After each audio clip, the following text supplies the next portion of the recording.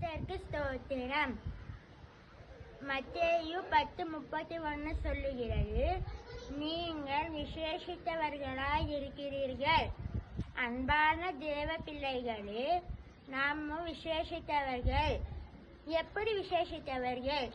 எதுக்கு ஏன் விசேஷித்தவர்கள்? ஒரு வீட்டுல ஒரு ரொம்ப காஸ்ட்லியா காசு கொடுத்து வாங்கினா அது ஒரு ஸ்பெஷல். அதே மாதிரி நம்ம ஏசப்பா அவரோட காஸ்ட்லியான ரத்தத்தை நம்மளுக்கு கொடுத்து நம்மளுக்கு வாங்கியிருக்கிறார். அதனால நம்ம ஸ்பெஷல். ஒன்றாவது. ரெண்டாவது, நம்மள அவர் எழுறப்பவே உயிரோடு எழுறப்பவே நம்மளும் உயிரோடு எழுப்பியிருக்கிறார்.